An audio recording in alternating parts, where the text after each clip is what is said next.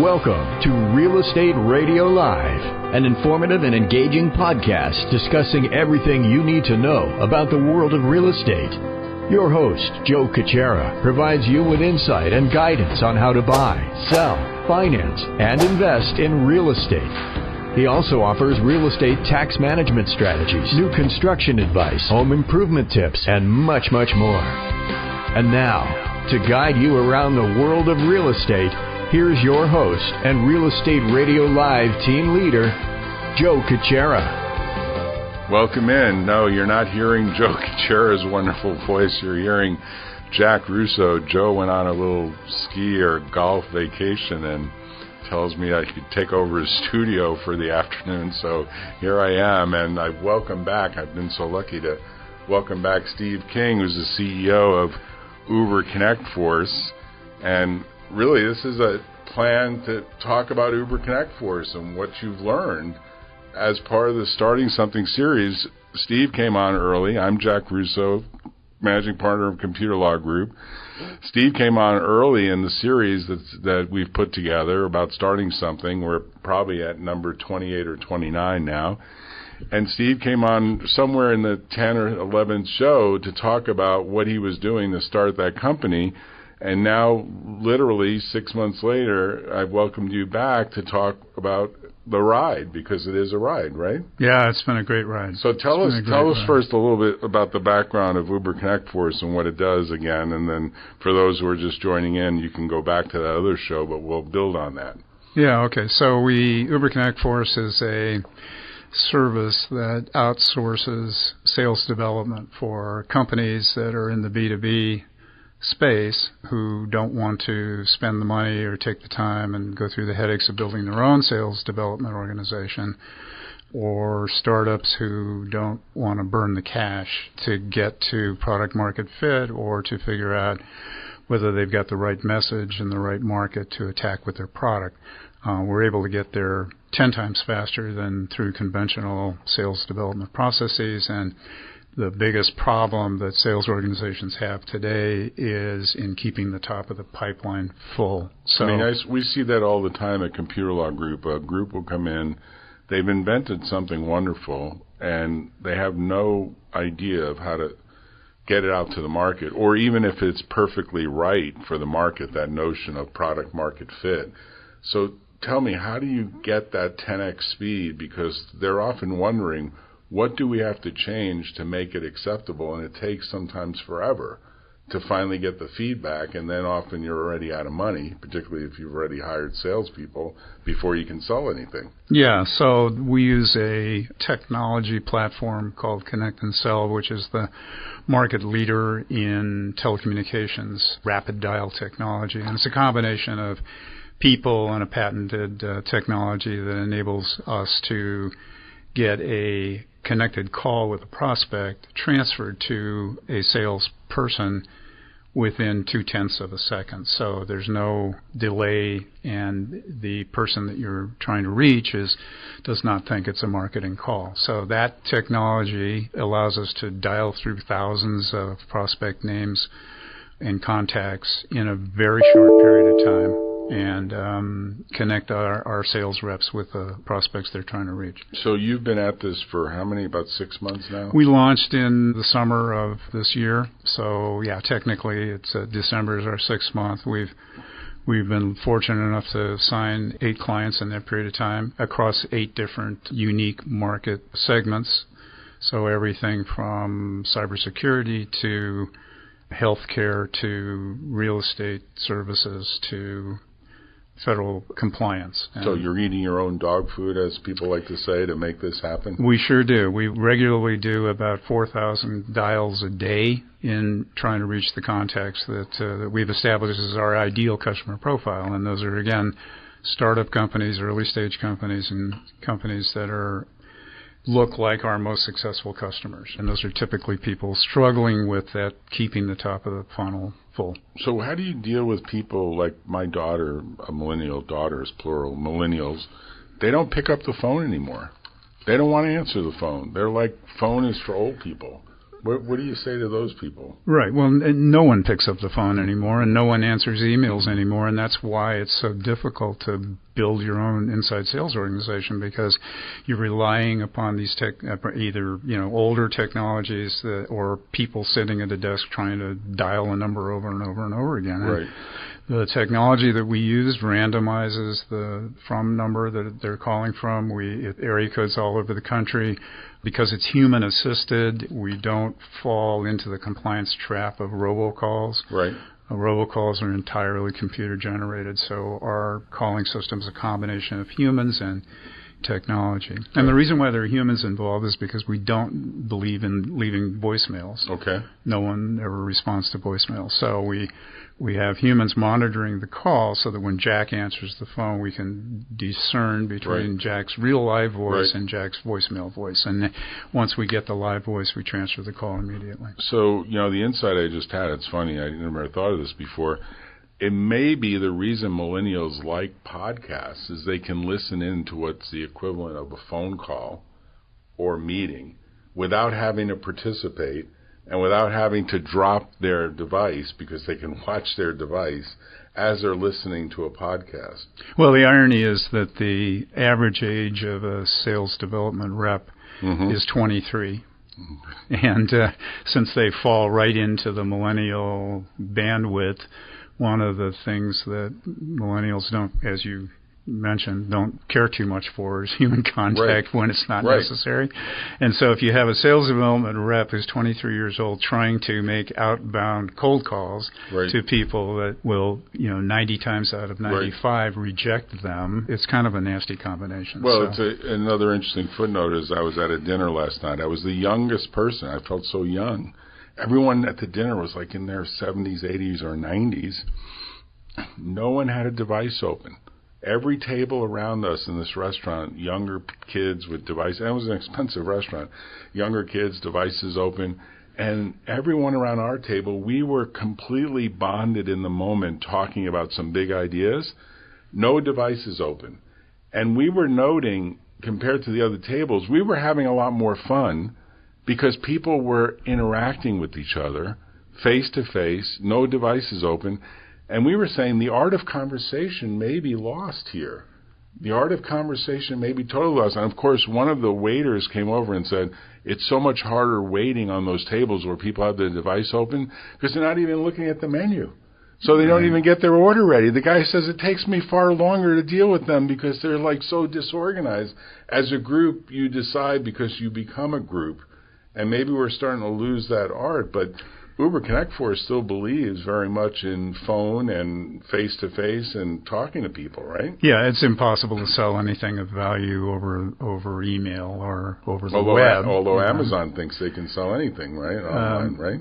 Yeah, but that you're buying something that you already understand and know, and you've done your research and so forth. You're not buying an enterprise solution to ERP or cybersecurity or something, right? So what are some of the things that surprised you along the way over the last 6 months? Because that inevitably is what I hear from lots of founders and people that are doing startups. Like, wow, I thought it was going to be X, but it really turned out to be Y, or it turned out to be Z, or it was completely different than what I thought. Anything surprise you along the way? Yeah, I expected, and I've been in the space for a long time, and I've been in particular in the list service space for the last 12 years, and I expected that with current technologies, the quality of the lists would have been better. Actually, they've gotten worse. So when people buy lists that they pay whatever they pay per entry, they might be getting a lot of garbage. 27 to 35 cents to 50 cents per contact. Right. 30 to 45% of it is garbage. Right? Wow. So it's the wrong phone number. It's a wrong email address. The person doesn't have that job anymore. It's somebody else's job, and the person doesn't even work for the company anymore. But now you have their cell phone, but they're doing something entirely different. So what happens is you spend a tremendous amount of time, 30 to 50% of that time that you would be otherwise spending productively reaching your prospects, reaching people that aren't your prospects, and then culling through all of that. And as you can imagine, that's an incredibly unproductive business to be in. So has it surprised you that technology hasn't done anything to improve the quality of that information? Well, it just did, and we literally just did. Literally just did. In the last few months, we partnered with a technology company that has a AI-enabled networking or contact development capability that we refer to as prospect intelligence. And so what it does is it has over 130 separate signal components that it maps against a database of 1.3 billion contacts. And wait a minute, there's only like 8 billion people on the planet, so they have 1.3 billion of them. They do, yeah, right, I mean, right. America is only 300 million people, right? Isn't it? Yeah, supposedly 360 or something, right? isn't it? But so it's got throughout the world. You're saying this is global. Yeah, okay, sure. 1.3 billion. Right. So business-oriented people, is that what that represents? These are all B2B These are people in the B business world, right? So they're people that you would normally think of as prospects for whatever it is you're trying to sell into that B2B space. And each one of these people are characterized across this 130 component categorization. So everything from hardware budget, software budget, when it was funded, what round of funding it was, how much funding they took in. So it sounds like more information than Facebook has.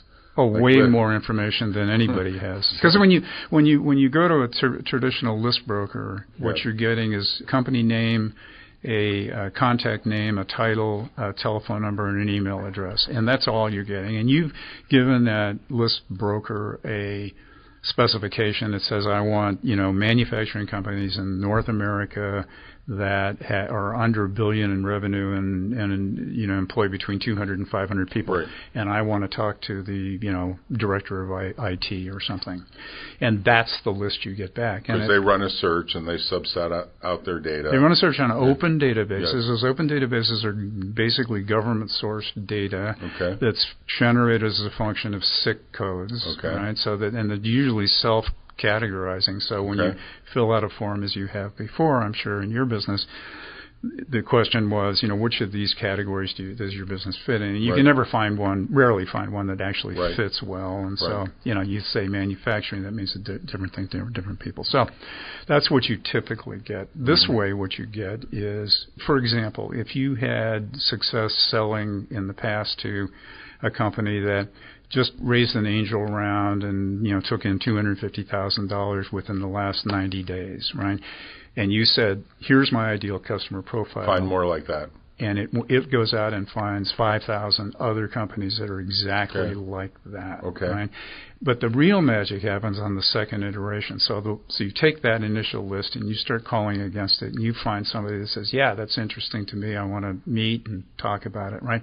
That's a success match. Yes. You send that success match back into that engine, and it regenerates a list again. Now it amplifies the signals that matched between the ICP, the ideal customer profile that you provided initially, and this new prospect that signed up to at least take a meeting with you.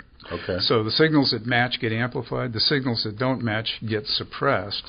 So that the new list is, by definition, so much more precise than the original list. So it's like having a marksman scope on your rifle, where you really are getting tuned right into the target. Right. You miss the first time and you adjust for the wind, and then you get closer the second time. So how is this helping 𝗥𝗡𝗩𝗘 in its mission? So what it does is it gives us so we're much more successful in reaching the ideal customer profile for our customers, right? Instead of just this sort of blanket, I want to talk to all of the HR directors in, public companies in Northern California or something, right?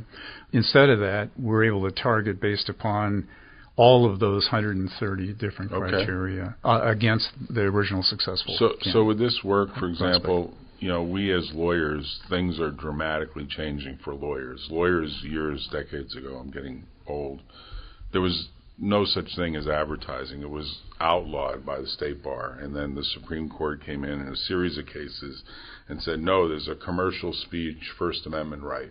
And that changed the game. That's how you began to see billboards on freeways that have personal injury lawyers and TV commercials. And, of course, there are many law firms that, were against this. But by and large, most law firms have drunk the Kool-Aid, and they have websites. They have brochures. They have marketing materials. They do advertise. And now they're playing with, should I do some things beyond that? Could this work? Could a law firm hire, for example, 𝗥𝗱𝗏𝗃 and say, my ideal client is a startup company that was just funded and that needs a lawyer to help them get through growth, get to the growth stage, or go beyond where they're going? Absolutely, and we also know how many patents were filed by these companies as well. So if you were in the IP space, yes, you could say, I want somebody that's filed less than 2 patents since they're funding or something. So you can actually pull all that data and help refine the target. Sure. Even for a professional that kind of doesn't understand this stuff, but would like more leads, would like to meet more clients, although most lawyers just think, hey, the phone rings and I'm happy to pick it up. And well, part of the secret sauce, if you will, for what we do is we spend a lot of time with our customers trying to help them do things like define who that ideal customer profile is. You must find people are mainly confused about what they do and how to communicate. Absolutely, right? Absolutely. Must make you laugh. I've only been doing this for 40 years, but I can't really tell you what I'm doing or what I'm trying to do, but it seems to work. Well, I mean, I can give you lots of examples, but the cybersecurity client that's been around quite a while, and they wanted to go to market with a cybersecurity product that they thought appealed to the small banking community, and we kind of knew right away that probably wasn't going to work. And so we kind of helped them by guiding them to a different market segment that actually did get them some traction. But you could test with some number of these 4,000 a day calls? Yeah, we can. It can be costly to do that. So any A/B test, right? Yes. So you're duplicating the effort and I'm not sure. The question is, how much value am I going to get out of that for the price, right? So because for every 100 calls you do on this side, you have to do another 100 on this side. Then you've got to test the result. And the problem is it's hard to isolate variables, too, right? So there's a lot of other elements at play. Right. So it is difficult to A/B test this stuff, too. It's a lot of gut. There's a lot of, been doing this for 40 years in a lot of different industries. And so, we kind of have a good sense of what works and what doesn't. So it sounds like you're doing more than just providing kind of a sales force innovation team. Sounds like you're doing some marketing and even some PR type communication. Well, we key here is in getting the right message for the right audience. So those are 2 separate challenges. Who is the right audience and what is the right message? And, it takes a lot of work to get there, and most companies have no idea, frankly, whether they have the right message or not. And one of the challenges is they often think they do, and it turns out it's not really the case. Well, and they may not be selling to the right people. I've had a lot of people come to me and say, well, all you need is a CRM system. Why don't you just get a CRM system like what Salesforce makes? And I keep saying, that's just a bookkeeping system. That's for someone to type some notes of what the outcome of the sales interaction was, right? Yes, but essentially. So how do you think of that whole area? Salesforce.com has obviously done immensely well.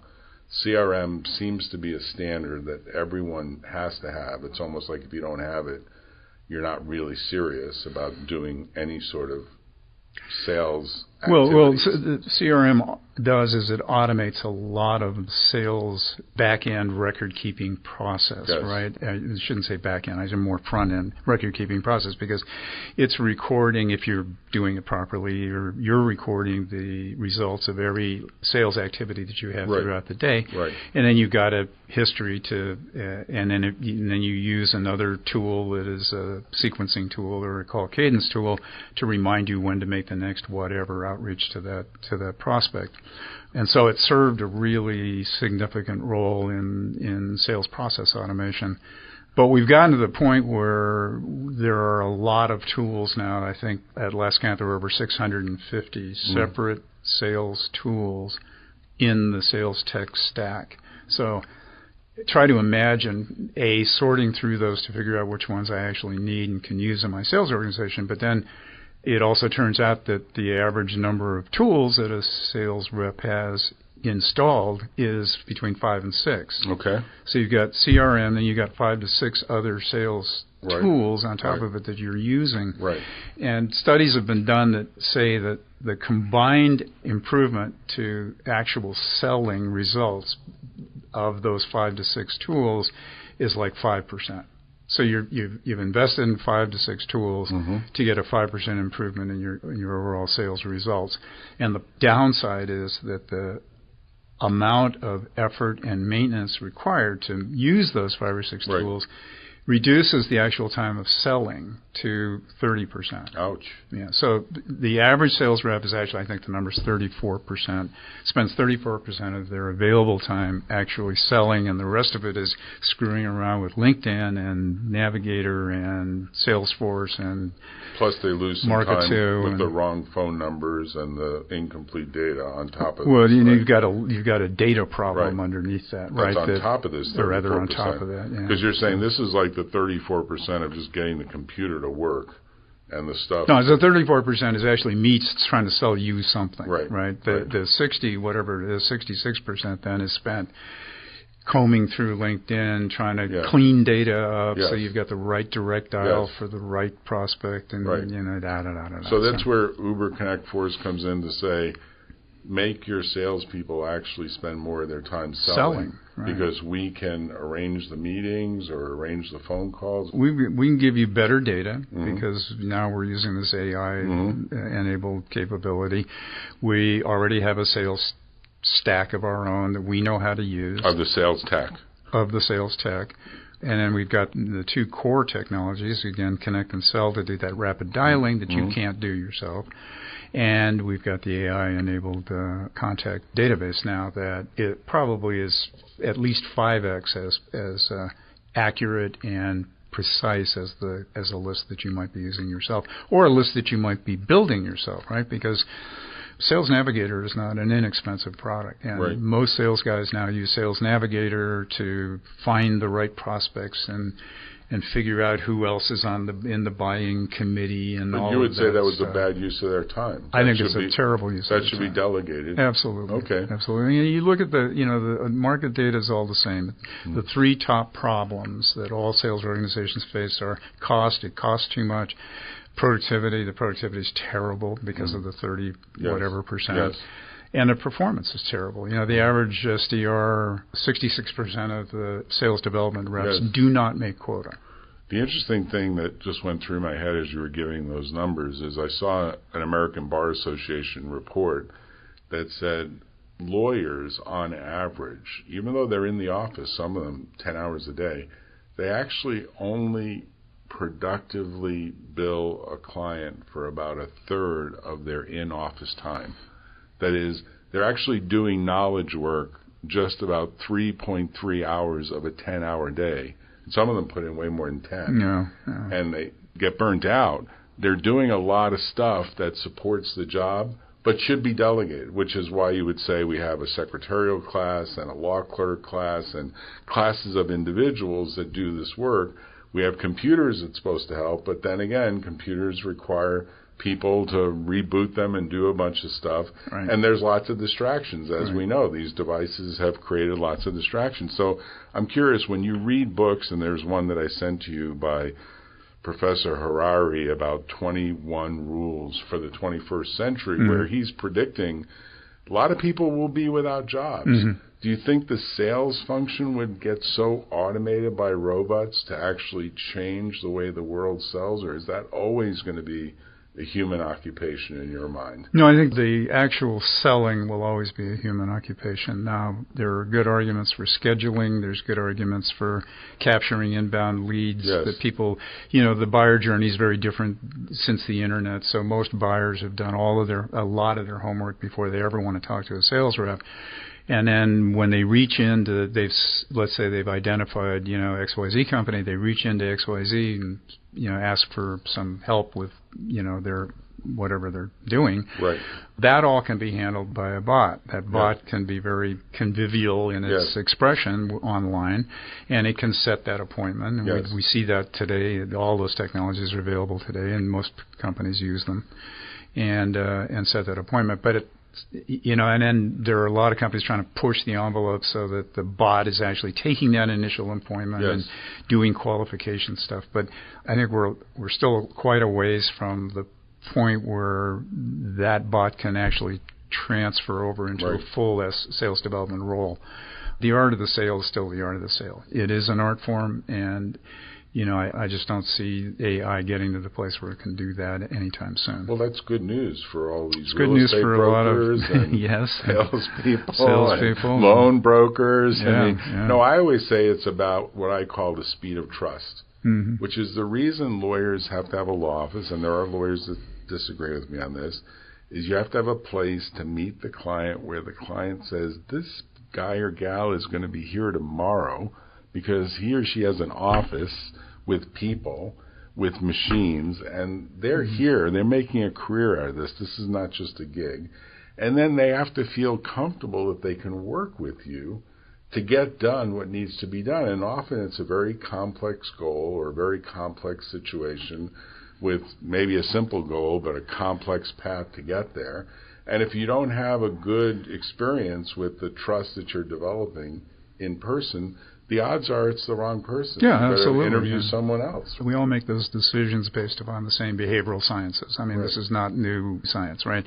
So we all look for all of the signals why we should do some business with somebody. If they're not there and, we don't do business with that person, it's going to be hard to want to do business with a bot all the way through the entire sales process. But it's getting harder and harder to reach people to even start the conversation that engenders the trust. Well, and that's why Connect and Sell is doing as well as it's doing as a company, and that's why we use that technology and are able to get to prospects that are impossible to get to 10 to 12 times faster than you can picking up a phone. So you're wrapping up your first 6 months, and you start a brand new year in just a few days because we're right after Christmas and right before the new year. What are your big resolutions for what you'd like to see happen with 𝗥𝗱𝗏𝗃 going into 2019? Well, one of the other lessons learned, if you will, is that all of the the startup experts typically, and for good reason, say don't pivot off of your initial deal until you've got traction, until you've built a referenceable ARR, et cetera. But we found another vertical that it actually looks so much similar to the sales vertical that it was easy to pivot over to, and we've had tremendous success with it just so far. And not even pivot, add on to it. I'm sorry. Add on, right? Add You've on. added on. Yeah. And what is that? I say pivot. Yes. And it is the recruitment or talent acquisition space where you look for disruption opportunities. Yes. And the portion of the recruitment space that's been done the same way for the last 20 years is the sourcing space. Where it's very broken, though. Where you hire, it doesn't work very well. I mean, you hire somebody. Here's how that's typically done. The recruiting department hires a contract sourcer, that person, and then they give them a $9,000 LinkedIn recruiter license. Yes. And they crawl through LinkedIn looking for candidates for a difficult to fill position. And they do that by hand. Yes. Right? I mean, we're able to do that using that same AI-enabled list creation technology in 24 hours. Well, it's the same targeting and same selling function, different data. But it's exactly the same thing. Instead of an ideal customer profile, you're looking for an ideal candidate profile, right?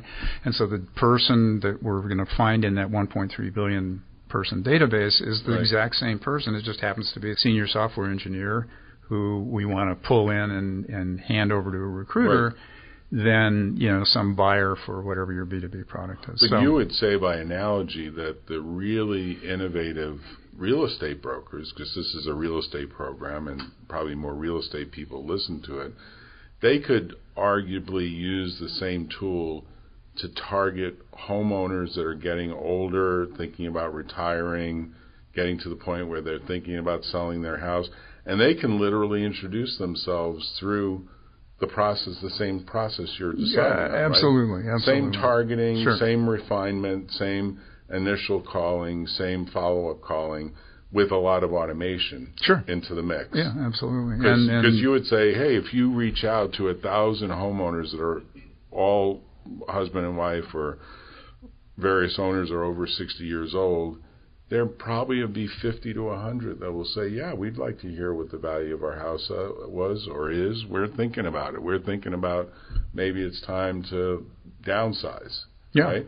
Absolutely, and it's a great use case for what we do. But you would say that's over and over again true, which is there's lots of professions where it's the same, getting the data, making sure it's really good data, using it for targeting, then using sales innovation, such as 𝗥𝗱𝗡𝗊𝗘 to delegate getting to the right people so you're not wasting your time with a lot of cold calls that don't go anywhere. Exactly, and we can accelerate that whole process by an orders of magnitude. So let's end on a note, which is what are the typical things you've heard from customers that or potential customers that are, I'm not ready, I don't know if I can do this. Like, what's the pushback that you get? Because it certainly sounds like people can get much more efficiency out of this through this kind of outsourcing. The major pushback we get are from people who want to continue doing it the traditional way. They want to hire a couple of inside sales reps. They want to direct their activities. They want to own the messaging themselves. They want to own the people that are delivering the messaging, et cetera, et cetera. So it's a control thing. It's more of a control It's more of a status quo thing. Okay. I think people don't like change. They don't like change. That's true. Yeah. Well, on that note, we've got the end of our show for the end of the year. Any final remarks you want to make about 𝗥𝗱𝗡𝗊𝗘 and then give people your contact information? Yeah, sure. Well, 𝗥𝗱𝗡𝗊𝗘.com is the easiest place to find us. If you're interested in talent acquisition, it's 𝗥𝗱𝗡𝗊𝗘.com.